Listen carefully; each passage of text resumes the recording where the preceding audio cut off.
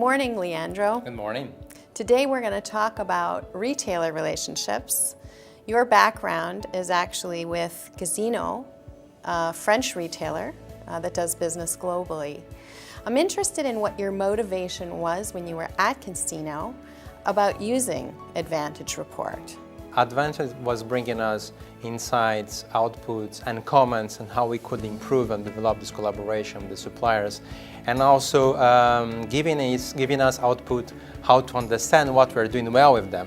So we are very keen to understand this information on a yearly basis to understand our evolution in those relationships. From an external standpoint, did you approach suppliers, or did suppliers typically approach you? And how did that engagement work? So in the cases that we received some outputs that we need to dig a little bit more, we had the opportunity to discuss that with partners, suppliers, in which we already have this great collaboration. But also I was sometimes requested to provide more feedback from suppliers. They were getting in touch with me and say, I would like to understand better why Casino rated us in this specific practice and how we could do better for the next year. So, and I was glad to share, because I understood that for us Advantage was an efficient tool also to share the elements, and we need to improve side to side. What sort of successes, wins, did you see as a result of those back and forth with the suppliers that you worked with?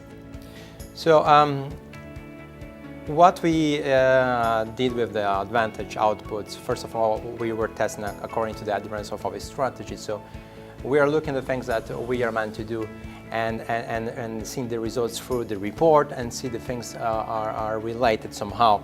And based on that, we are designing some next steps, specific projects. What about for the long term? Did you feel like those discussions created growth opportunities and long-term relationships with these companies? I really believe so, because first of all, again, we are glad to see our evolution in the report. Back there, we were number 5 according to the International Purchasing Centers, and we reached the position number 1. And by doing that, the suppliers understood that we were also buying the concept that we would like to develop long-term relationships. And they brought to us specific projects and developments, I would say in some cases exclusive for the environment of the company, and allow us to have opportunities to implement those projects with those suppliers. What key takeaways do you have for prospects that you'll be working with, or on the retailer side, people who are participating in our programs, as a result of your background and knowledge of how you used Advantage Report? The concept of discussing business is not only discussing the numbers, the market share, and how much we are growing, but also how we are building the relationship.